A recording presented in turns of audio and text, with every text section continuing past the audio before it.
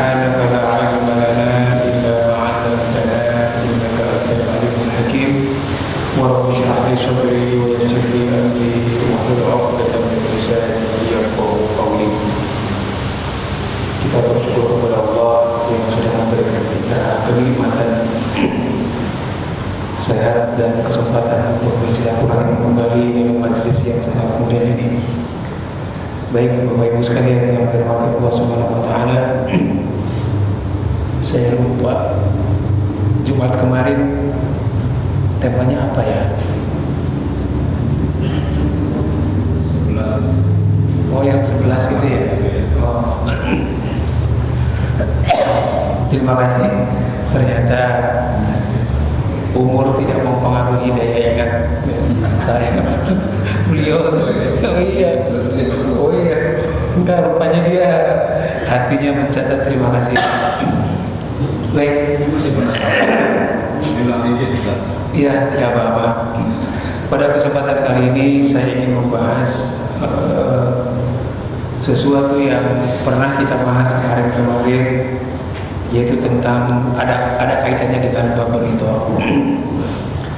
Rasulullah SAW bersabda dalam salah satu hadis, qala Rasulullah SAW, hujibatun nar bisyahawat wa hujibatul jannah bil makarih. Bahwa yang namanya neraka itu casing outfitnya itu adalah kenikmatan-kenikmatan syahwat. Sementara yang namanya dunia itu casing luarnya itu adalah al-makarih. Al-makarih itu sesuatu yang tidak menyenangkan. Itu rumusannya sudah sederhana. Jadi kalau mau memilih hidup di dunia itu penuh kenikmatan, maka resikonya siapa tahu jalan itu menuju ke neraka.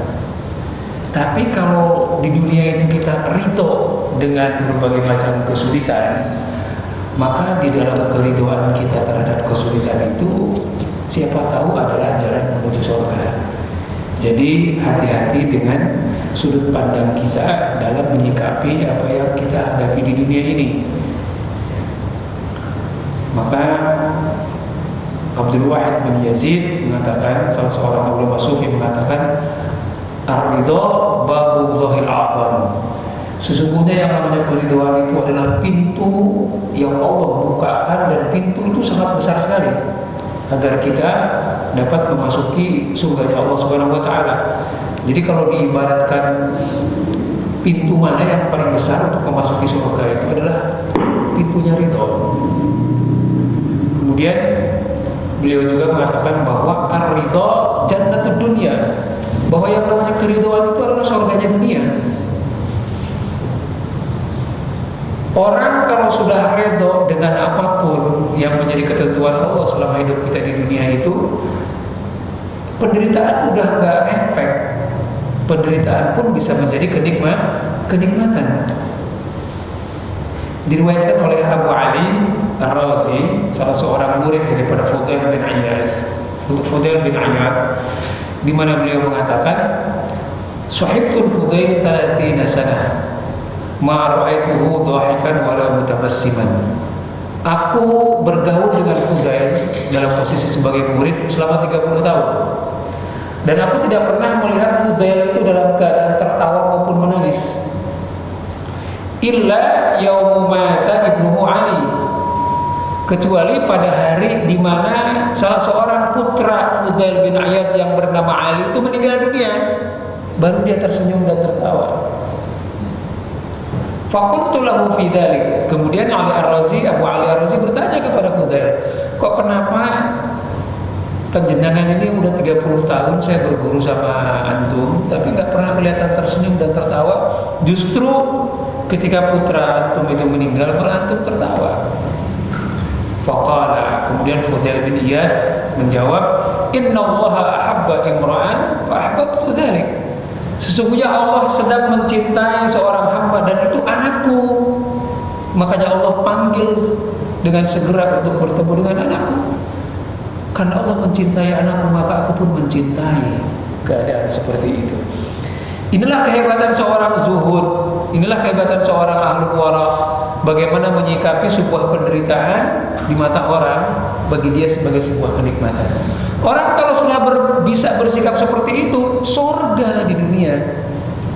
Jadi makanya kalau dikatakan al-jannah, yang namanya ar-ridha, jannatud dunya. Jadi kalau kita ingin bahagia dunia akhirat, nah ini kan kita ngomongin masalah bahagia dunia akhirat, itu kuncinya cuma ridha. Yang memasukkan kita ke dalam surganya Allah nanti adalah ridha. Ya ayyatuhan nafsul mutmainnah, irji'i ila rabbiki radiyatan mardiyah wadkhuli fi ibadi wadkhuli jannati. An-nafsul mutmainnah yang radiyatan mardiyah, ridha kepada Allah dan diridhoi sama Allah. Itu di akhirat. Di dunia kalau segala sesuatu kita terima dengan tangan terbuka, dengan hati terbuka, enak, hidup itu nyaman. Nah, maka ini keridhaan ini merupakan sebuah barang yang sangat mahal. Jadi kunci surga dunia akhirat itu adalah keridhaan. Keridhaan ini artinya adalah kita harus siap dalam menghadapi siklus hidup yang selalu berputar. Makanya Ibrahim bin Adham pernah mengatakan dalam sebuah wasiatnya, "I'lam annaka la tanalu darajatas sholihin hatta tajawwaza sitta aqabat." Ketahuilah bahwa engkau tidak akan menerima derajat sebagai orang yang soleh kecuali engkau mampu melewati 6 perkara. Ada 6 siklus dalam hidup ini yang kalau engkau selamat di 6-6-nya, maka engkau termasuk orang-orang yang soleh. Dan kesalahan itulah yang nanti akan mengantarkan kepada keridhaan. Yang pertama, siklusnya apa? Tughlaqu babun ni'mah wa tuftahu babu syiddah. Yang pertama adalah tertutupnya pintu-pintu kenikmatan dan kemudian mulai terbukanya pintu-pintu kesulitan. Nah itu. Siklus itu pasti datang kepada setiap orang. Kita tidak selamanya di atas. Rekening kita tidak selamanya gendut, ada kurusnya, gitu ya. Jabatan kita ada kalanya di atas, ada kalanya kita harus pensiun. Rukuk kita ada kalanya 4 berjejer, ada kalanya tinggal 1. Bini kita ada kalanya 4, ada kalanya tinggal 1. Nah siklus itu oh bukan bini maksudnya, mungkin anak gitu ya. Tughlaqu babun ni'mah artinya tertutupnya pintu kenikmatan, kemudian mulai terbukanya pintu kesulitan. Itu merupakan siklus. Dan ini tidak berarti menandakan bahwa seseorang itu sedang Allah rendahkan, tidak. Ini siklus biasa, siklus rutin. Kemudian yang kedua, tughlaqu babul izz wa tuftahu babul dhul. Tertutupnya pintu-pintu kemuliaan dan terbukanya pintu-pintu kehinaan. Baru tahun kemarin dilantik, tahun sekarang udah dikerangkeng, kan begitu. Artinya ada siklus-siklus seperti itu. Baru kemarin dilantik, selamatin dan lain-lain dipestain, sekarang udah digoyang-goyang, sekarang udah dicaci maki. Itu adalah ujian keridhaan. Gak mungkin selamanya orang dilulukan terus, ada kalanya dihinakan. Dan itu siklus yang rutin. Ketika seorang pimpinan baru datang, kita lulukan, baru memerintah, baru bekerja sekian bulan, salah dikit langsung dikritik, langsung dijatuhkan. Itu udah siklus biasa alami. Yang kedua. Yang ketiga, tughlaqu babur rahah wa tuftahu babul juhd. Tertutupnya pintu-pintu rohah itu artinya istirahat, leha-leha, nyantai-nyantai. Wa tuftahu babul juhd dan kemudian terbukanya pintu-pintu juhud. Juhud itu artinya kerja keras. Kemarin kita punya usaha enak gitu ya, tinggal ngontrol aja. Ada kalanya orang, ini khususnya orang-orang yang bermain saham misalnya kan, ada kalanya ketika saham lagi bagus, dia di rumah tinggal ngotak-atik angka aja. Tapi ada kalanya ketika sahamnya lagi morat-marit, itu siang bisa jadi siang, malam bisa jadi siang itu. Artinya siang mulu, nggak tidur-tidur, kerja keras. Nah itu siklus itu rutin, pasti akan kita temuin. Yang keempat, tughlaqu babun naum wa tuftahu babus sahar. Mulai tertutupnya pintu-pintu enak tidur, kemudian mulai terbukanya pintu-pintu di mana kita harus begadang. Harus begadang macam-macam kan kemarin-kemarin. Katakanlah sekarang aja dengan usia kita. Dulu waktu kita masih muda enak banget, capek dikit siang malam udah tidur nyenyak banget. Sekarang udah umur segini, siang capek, malam tetap aja nggak bisa tidur. Guling-guling. Itu umur aja udah menandakan bahwa yang namanya masa-masa usia semakin tua, tidur aja udah kualitasnya nggak bagus. Nah, apakah sahar itu yang namanya begadang itu karena memang secara fisik kita nggak bisa tidur karena galau, karena usia tua, karena siklus tubuh dan lain sebagainya, atau bisa juga katakanlah kita sudah mulai rajin beribadah, tahajud. Di mana tahajud malam itu bukan sesuatu yang mudah untuk dilakukan, nggak gampang Pak. Bagi orang yang belajar tahajud, alarmnya harus bunyi terus. Gak gampang, sebulan, 2 bulan, 3 bulan pertama bangun jam 3 itu beratnya minta ampun. Nah, siklus itu harus kita alami kalau kita ingin mengalami sebuah situasi yang baik. Kemudian yang kelima adalah tughlaqu babul ghina wa tuftahu babul faqri. Mulai tertutupnya pintu-pintu kekayaan dan mulai terbukanya pintu-pintu kefakiran. Nah, itu sebenarnya merupakan detail daripada apa yang kita terangkan di atas. Ada kalanya uang kita berkurang, ada kalanya uang kita dicolong, ada kalanya jabatan kita diserobot orang, ada kalanya lahan bisnis kita diserobot orang dan lain sebagainya. Kemudian akhirnya keuntungan kita turun. Nah, kemudian yang keenam adalah tughlaqu babul amal wa tuftahu babul isti'dad lil maut. Mulai tertutupnya pintu-pintu angan-angan, cita-cita dan kemauan yang jauh-jauh yang macam-macam. Wa tuftahu babul isti'dad lil maut, dan mulai terbukanya pintu-pintu untuk mempersiapkan kepada kematian. Nah, ini khususnya untuk orang-orang yang seperti saya, yang usianya udah mau ngapain lagi, udah umur segini. Mendingan ngomongin saya Pak, ngomongin orang. Mau mobil macam apa lagi Pak? Nyetir aja udah nggak bisa kenceng gitu kan? Nyetir aja masih untung dari sini ke mall masih bisa nyampe. Ke Cirebon boro-boro kita udah nyari supir. Mau nyari mobil yang kayak apa lagi? Nyetir aja udah nggak bisa. Mau bergaya gimana?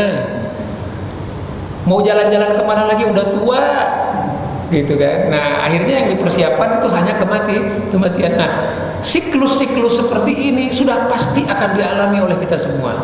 Nah, kalau kita bisa melewati ujian-ujian ini dengan baik, maka kita akan termasuk menjadi orang-orang yang soleh. Ternyata mencapai kesolehan itu kan gak gampang. Yaitu tadi tuhjabul jannah bil makarih. Sesungguhnya yang namanya surga itu casing luarnya itu sesuatu yang tidak menyenangkan. Emang enak gak bisa tidur? Emang enak kefakiran? Gak enak. Nah, untuk menghadapi itu semua dibutuhkan sebuah sikap yang namanya ridho.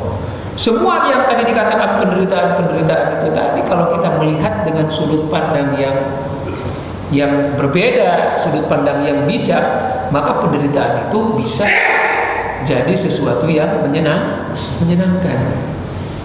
Nah, baik, maka disimpulkan oleh para ulama bahwa yang namanya ar-ridha lughatan secara bahasa ar-ridha huwa al-muraqabatu wal qabul lil amri bisuhulah.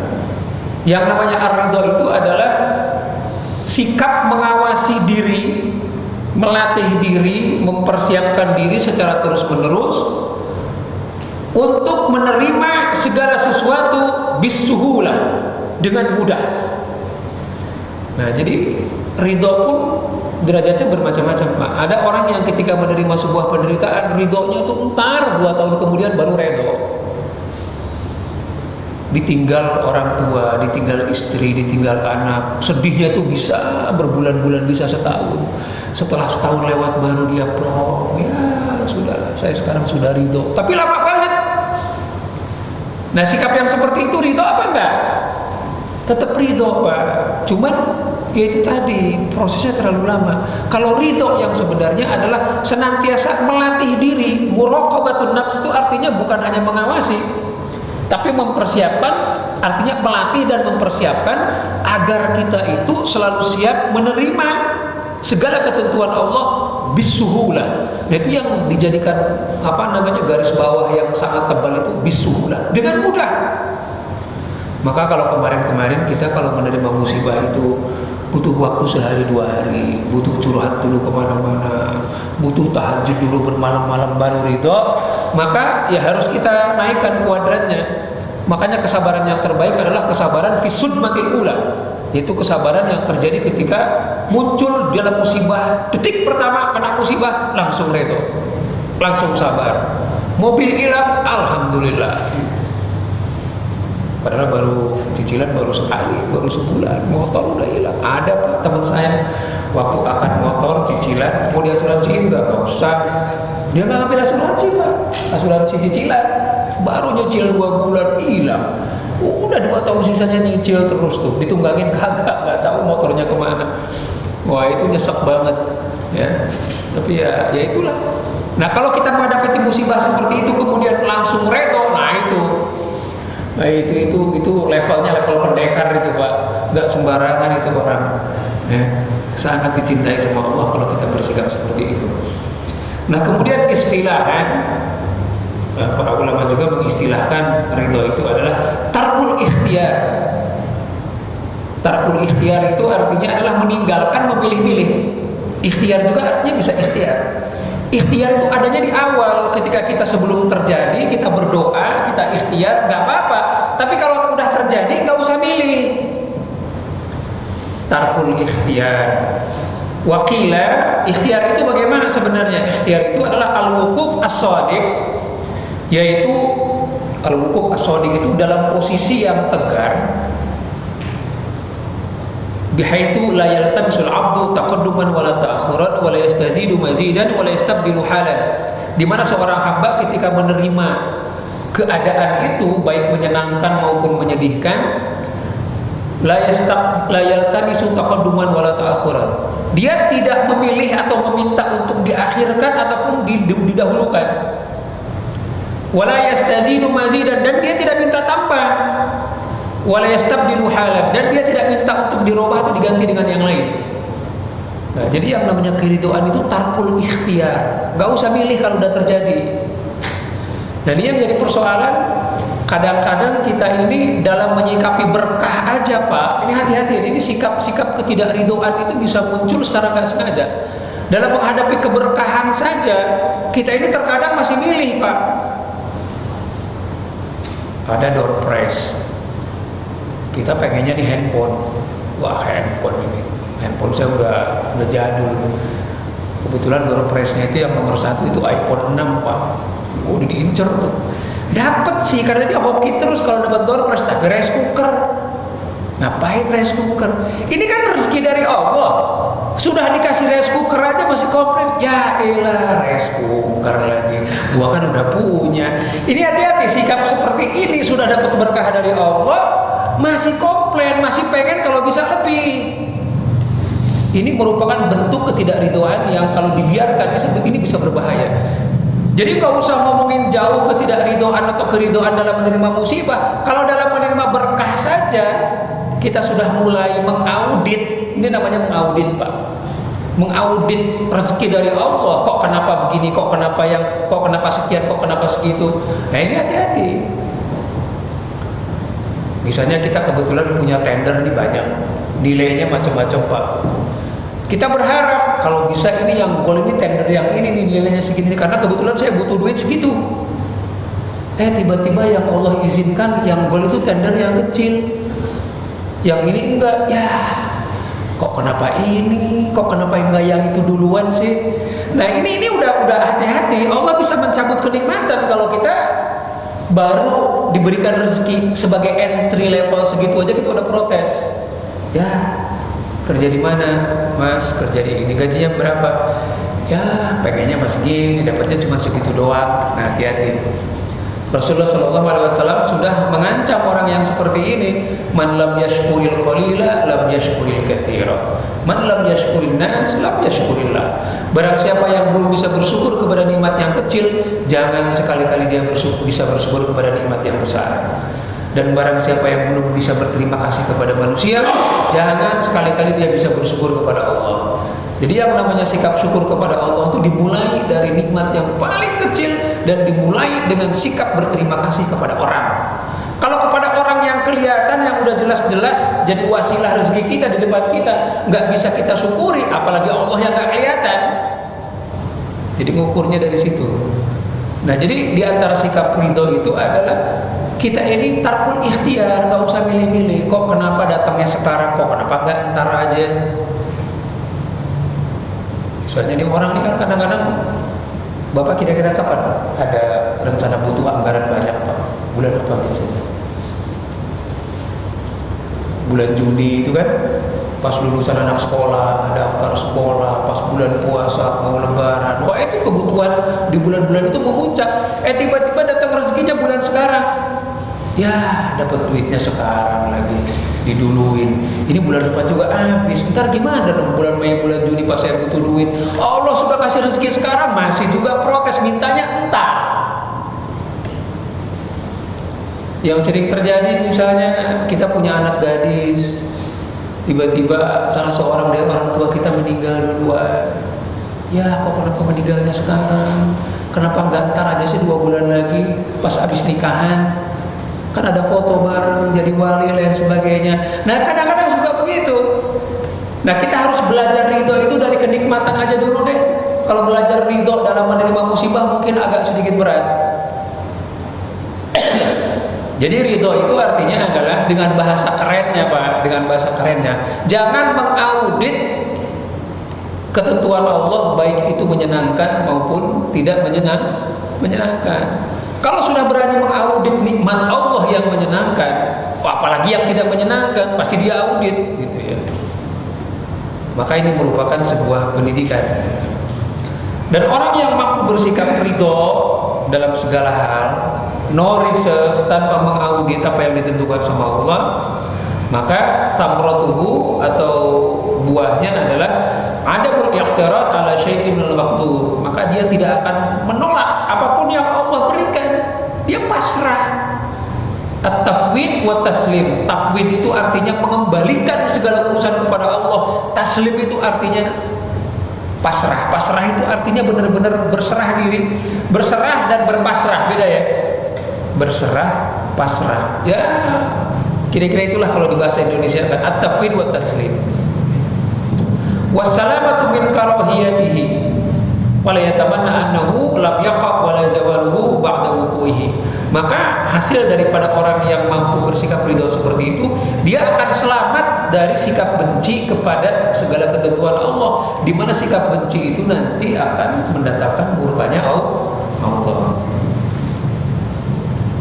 Makanya seperti yang disampaikan oleh Allah Subhanahu wa taala di mana beliau mewahyukan kepada Nabi Daud, "Ya Daud, turid wa urid." Wahai Daud, kamu punya keinginan, aku pun punya keinginan, kata Allah. Wala yakunu illa ma urid. Dan yang akan terjadi itu hanya yang aku inginkan, kata Allah. Kalau dalam bahasa sekarang, gue punya mau, lu punya mau. Tapi yakin yang bakalan terjadi itu yang gue mau, gitu. Allah bilang begitu bahasanya kan. Fa'in salimta lima urid kafaitu kama turid. Seandainya engkau menerima dengan terbuka apa yang aku inginkan terjadi, aku akan cukupkan apa yang kamu mau, kata Allah. Kalau kita bersikap terbuka. Wa illam taslam lima urid, dan sebaliknya kalau engkau belum mau menerima apa yang akan terjadi menurut keinginanku, atau ainuka fima turid, bagaimana mungkin aku akan membantu kamu untuk mendapatkan apa yang kamu mau? Tsumma la yakunu illa ma urid, dan yang akan terjadi tetap aja pasti yang aku ingin kan. Jadi artinya yang namanya ketentuan Allah itu sudah pasti adalah berdasarkan kehendak Allah. Tinggal kita saja Kita mau menerima atau tidak? Di mana akibatnya kalau kita menerima segala ketentuan Allah, kita pun akan mendapatkan apa yang kita inginkan. Dan sebaliknya kalau kita tidak menerima segala ketentuan Allah, jangan harap kalau kita mendapatkan apa yang kita inginkan. Nabi Musa itu bertanya kepada Allah, "Ya Allah, ajari aku bagaimana caranya agar Engkau meridhoi aku." Kata Nabi Musa kepada Allah. Kemudian Allah mewahyukan kepada Nabi Musa, "Wahai Musa, untuk aku ridhoi berat, nggak gampang." Terus kata Nabi Musa, "Walaupun berat, tolong tetap ajari aku dan beritahu aku bagaimana caranya agar Engkau meridhoi aku." Kata Allah berwahyu kepada Nabi Musa, sederhana sebenarnya, tapi belum tentu setiap orang itu mampu untuk melaksanakan. Yaitu apa? Kamu harus ridho dulu dengan segala ketentuanku, baik itu situasi yang buruk maupun situasi yang baik. Syaratnya sederhana kok. Keridhaan Allah itu hanya ada dalam keridhaan kita kepada setiap ketentuan Allah, baik itu keridhaan, baik itu situasi yang buruk maupun yang baik. Sesederhana itu. Nah, sekarang bagaimana kita mendeteksi? Kadang-kadang kan kita suka bertanya, "Ustaz, gimana caranya supaya kita ini bisa mendeteksi Allah tuh meridhoi kita atau enggak?" Gampang. Tanya dirimu sendiri. Kamu sudah ridho atau belum? Itu aja sebenarnya indikatornya. Kalau kamu ridho dengan segala ketentuan Allah, detik itu juga Allah ridho dengan segala ketentuan kamu. Dengan sikap kamu, itu aja. Kalau kita belum ridho, berarti Allah juga belum ridho. Sesederhana itu sebenarnya. Nah, sekarang di antara para ulama sufi itu berbeda pendapat terkait dengan ridho. Jadi yang namanya ikhtilaful ulama itu bukan hanya dalam urusan fikih, Pak. Dalam urusan tasawuf juga ternyata para ulama itu rumusannya berikhtilaf.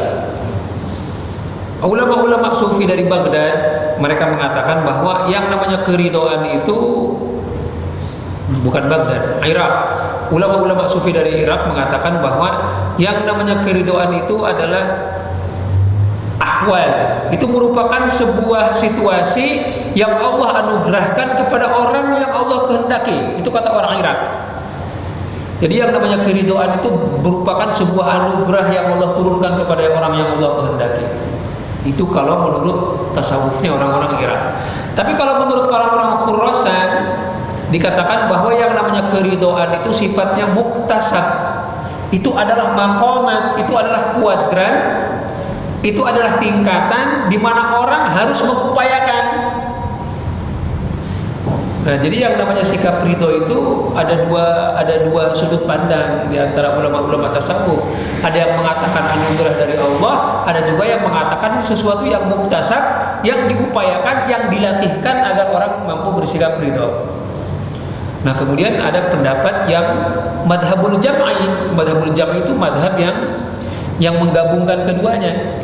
Dikatakan bahwa fil bidayah ar-ridha syai'un muktasab, bahwa di awal yang namanya ridho itu sesuatu yang harus diupayakan, harus dilatih, harus dipaksakan.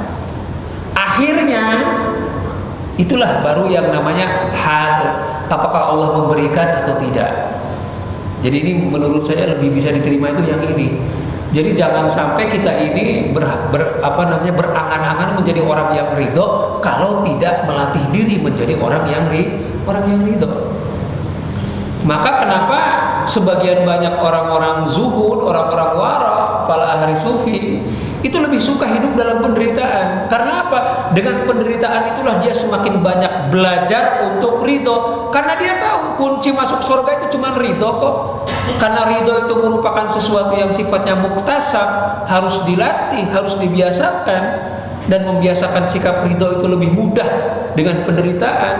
Maka ketika Allah memberikan penderitaan, bagi dia itu lebih disukai. Jadi derajat ridho yang paling tinggi adalah ketika seseorang itu selalu merindukan masalah, selalu merindukan musibah. Nah, itu beda lagi, Pak. Nah, itu udah levelnya pendekar itu. Itu surganya aja udah eksklusif kalau sudah begitu. Di dunia dia lebih merindukan musibah, karena dari musibah itulah dia belajar tentang ridho. Karena apa? Dia belajar ridho dari kenikmatan selalu gagal. Nah, Jadi ketika kita mendapatkan kenikmatan, kemudian kita belajar ridho sedikit demi sedikit, ya itu bagus. Tapi terus terang yang namanya kenikmatan, kalau kita jadikan pelajaran sebagai ridho pun tidak semuanya orang mampu berhasil untuk keluar dari situ.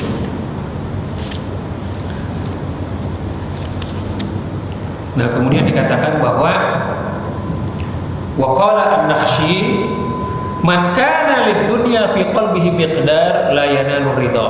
Nah, ini tantangannya adalah barang siapa yang di dalam hatinya itu masih ada kecenderungan, ini bukan cinta Pak, ini hanya kecenderungan kepada dunia, la yanalu ridha. Sesungguhnya termasuk orang-orang yang sulit untuk menerima buah keridhaan atau untuk bersikap ridha. Li'anna man ahabbaha hubban syadidan ta'allama bi fuqdaniha fa yakrahu zawaluha. Karena orang kalau sudah mencintai, kalau sudah memulai memiliki kecenderungan, dia akan mencintai. Ketika dia mencintai secara berlebihan, maka dia akan mengalami penderitaan ketika apa yang dia cintai itu hilang. Nah, ketika dia mulai menyesali, mulai sedih dengan kehilangan apa yang dia cintai, berarti dia sudah berpotensi. Nah, itu tadi yang tadi disampaikan oleh Pak Budi ya, sudah berpotensi dia memiliki ilah-ilah yang lain atau Tuhan-Tuhan yang lain atau dewa-dewa yang lain. Jadi kalau para ulama tasawuf ekstrim saja, kalau mau bersikap ridho, terserah Anda bersinggungan dengan dunia, mangga silakan. Tetapi yang jadi persoalan adalah bagaimana kita menyikapi dunia. Kalau sudah ada kecenderungan kepada dunia, maka kecenderungan itu akan mengantarkan kepada kecintaan, di mana kecintaan kepada dunia akan menimbulkan penyesalan ketika dunia itu Allah ambil. Padahal yang namanya dunia pasti akan Allah ambil. Apapun, baik itu harta, jabatan, anak, istri, suami, pasti Allah akan ambil. Yang kita sayangkan itu jangan sampai ketika Allah ambil apa yang menjadi kenikmatan dunia, pada saat itu kecintaan kita kepada benda atau kepada hal itu semakin lagi tinggi-tingginya. Maka yang kita khawatirkan akhirnya kita tidak mampu untuk bersikap ridho. Sebagaimana yang disabdakan oleh Rasulullah SAW, "Dzaqa ta'mul iman man radiya billahi rabba." Sesungguhnya yang namanya halawatul iman atau kenikmatan iman itu bisa dinikmati oleh orang-orang yang ridho untuk mengambil Allah itu sebagai Tuhannya. Nah, bagaimana mungkin kita ridho mengambil Allah sebagai Tuhannya kalau kita masih memiliki kecenderungan yang nanti akan mengantarkan kita kepada kecintaan kepada dunia? Bagaimana mungkin kita mencintai Allah dengan sepenuhnya kalau dalam hati kita itu masih ada potensi untuk mencintai yang lain? Betul nggak Pak? Itu kan potensi orang mendua kan begitu, karena nggak cinta sepenuhnya.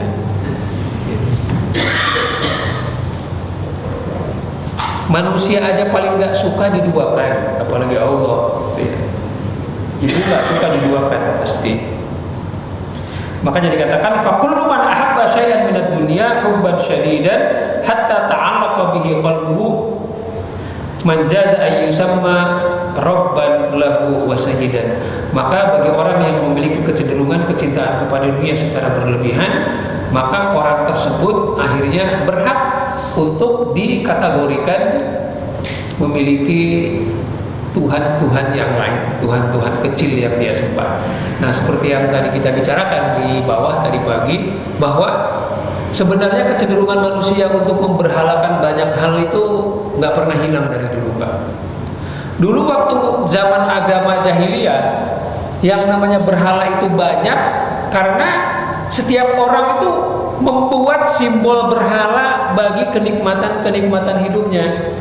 Maka ada dewa hujan, ada dewa laut, ada dewa pertanian, ada dewa macam-macam, ada dewa maut gitu kan, ada Dewi Sri itu Dewi Padi dan lain sebagainya. Pada zaman dulu dengan naifnya orang itu menuhankan Tuhan-Tuhan kecilnya itu dengan simbol-simbol dewa bentuk patung yang dia sembah. Makanya zaman dulu di sekitar Ka'bah itu yang namanya patung itu ratusan Pak. Setiap orang, setiap kabilah itu naruh patung di situ. Karena dia kabilah pedagang, yang ditaruh adalah patung dewa perdagangan. Karena dia petani, yang ditaruh patung dewa pertanian, disembah. Maka ketika datangnya Islam, dewa-dewa, patung-patung itu dihilangkan. Itu kan simbolnya yang dihilangkan, Pak. Tapi esensinya dalam hati sampai sekarang itu pun masih ada. Cuman karena orang udah semakin cerdas, akhirnya orang tidak lagi membangun bentuk-bentuk berhala yang dia sembah. Tapi pada dasarnya esensinya itu dia masih. Seperti yang tadi pagi kita bahas, mobil itu berhalanya urusan transportasi. Coba aja sekarang ada pemogokan massal, busway nggak jalan, kereta nggak jalan, pom bensin tutup, punya mobil berderet 10 aja udah pening kan? Mau ngapain, Pak? Dia sudah menuhankan kendaraan sebagai dewanya transportasi. Ketika Allah cabut minyaknya, udah orang udah menggelepar semua. Nah, simbolnya berbeda. Kalau dulu simbolnya berbentuk berhala yang disembah, sekarang simbolnya berbentuk sesuatu yang memang dimanfaatkan langsung kan. Pada jabatan, kita memberhalakan jabatan. Memang tidak ada berhalanya, tapi dalam hati kita itu ada menuhankan jabatan, takut ketika jabatan itu dicabut dan lain sebagainya. Nah, sebenarnya Rasulullah pada saat itu berhasil hanya sekedar menumpas simbol-simbol berhala di kalangan orang-orang Arab saat itu. Mungkin pada saat itu orang-orang Arab Quraisy pada saat itu hatinya juga ikut terbersihkan. Tapi yang jadi persoalan yang namanya pemberhalaan kepada segala sesuatu itu ada esensinya dalam setiap hidup manusia. Nah, untuk itulah maka kita jangan sampai secara tidak langsung sebenarnya kita ini punya banyak berhala. Nah, untuk meninggalkan berhala-berhala yang kecil itu dibutuhkan sebuah keridhaan. Karena apa? Berhala itu sangat menyenangkan, Pak. Kembali kepada statement kita di awal, sebagaimana yang Rasulullah SAW sabdakan, tuhjabun nar bil ma'asi, tuhjabun nar bisyahawat. Yang namanya neraka itu casingnya itu selalu yang menyenangkan, dan sebaliknya tuhjabul jannah bil makari. Sampai di sini ada. Silakan Pak Adek, monggo silakan. Kenikmatan dua contoh keluarga. Iya. Sejauh mana kita menuhankan mereka itu ya? Ya sebab kan perlu perhatian juga gitu ya keluarga. Nah, sejauh mana itu melampaui bahwa kita menginginkan Allah ya Tuhan, Mengilahkan keluarga. ya sebatas mana gitu ya? Ya sebab umpama istri atau anak perlu perhatian, sedangkan kita ini kalau kita mengikuti mereka kan berarti ya ketika kita ukurannya ya, kapan ketika kita katakanlah ini yang jadi persoalan kan agak krusial ketika yang dipertanyakan. Kalau urusan harta mungkin jawabannya sudah jelas. Ketika urusan anak gitu kan, urusan anak, istri dan keluarga, sejauh kita tidak meninggalkan kaidah-kaidah agama dalam urusan anak, itu adalah batas yang ditolerir.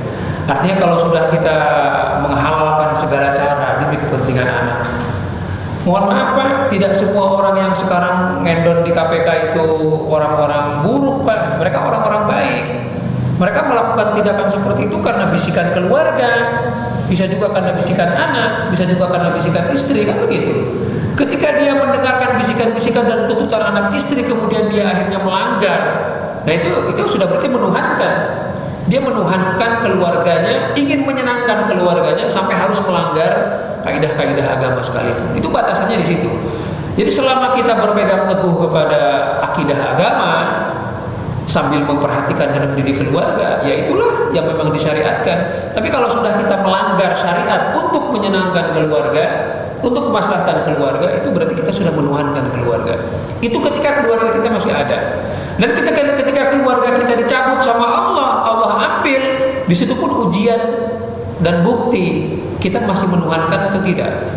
Kalau kita mengikhlaskan orang-orang yang kita cintai diambil sama Allah bisuhulah, dengan mudah, ya, maka itulah bentuk bahwa kita ini benar-benar tidak menuhankan keluarga. Tapi ketika keluarga diambil oleh Allah secara tiba-tiba, kemudian kita meraung-raung, mohon maaf nih, karena saya pun belum tentu akan tidak bersikap seperti itu ketika itu saya alami. Saya kan ngoceh doang nih. Mohon maaf, ini soalnya perkara berat. Belum tentu ketika saya mengalami saya pun akan ketawa-ketawa seperti Fudail bin Iyad. Waduh, berat Pak, saya mah bukan pendekar Pak. Masa ditinggal sama anak kemudian cengar-cengir ketawa ke TV? Nggak mungkin saya juga. Tapi paling tidak kita bisa mengenal makomnya para ulama ahli zuhud ketika menerima musibah itu seperti apa. Bisa merubah yang namanya kuadran musibah itu seolah-olah menjadi kenikmatan. Artinya kita nggak usah sampai kepada levelnya Fudail bin Iyad ketika anaknya meninggal ketawa-ketawa. Rasulullah aja nangis kok ketika yang namanya Ibrahim meninggal. Rasulullah juga nangis. Tapi yang jadi persoalan adalah jangan sampai kita hanyut terlalu dalam, kemudian memiliki penyesalan yang terlalu dalam, kemudian kita mengaudit ketentuan itu kepada Allah. Ya Allah, kok kenapa engkau ambil sekarang? Kok kenapa entar aja sih? Dia kan belum kawin, belum punya cucu, kan gitu, belum punya anak. Kalau dia udah punya anak kan berarti ada anak keturunan. Jadi kebanggaan saya juga. Dia belum punya anak. Nah kalau dia belum punya anak sudah meninggal, siapa yang meneruskan generasi saya, kan gitu. Ada kalanya seseorang itu menyesal ketika anak-anaknya meninggal duluan, nggak ada generasi yang meneruskan dia. Itu menyesalnya minta ampun. Nah, nggak mudah Pak menghadapi seperti itu. Jadi yang namanya menuhankan keluarga sampai batas mana? Sampai batas di mana kita masih dalam koridor-koridor syariat itu. Baik, ada yang lain? Di sini dikatakan begini, wa bata'ud bahal ghulam yaqul. Ini ada seorang sahabat, orang sufi juga namanya Utbah al-Ghulam, di mana dalam doanya beliau selalu mengatakan begini, in tu'adzibni fa ana laka muhib wa in tarhamni fa ana laka muhib. Ya Allah, seandainya engkau menyiksaku pun aku ridho, aku cinta.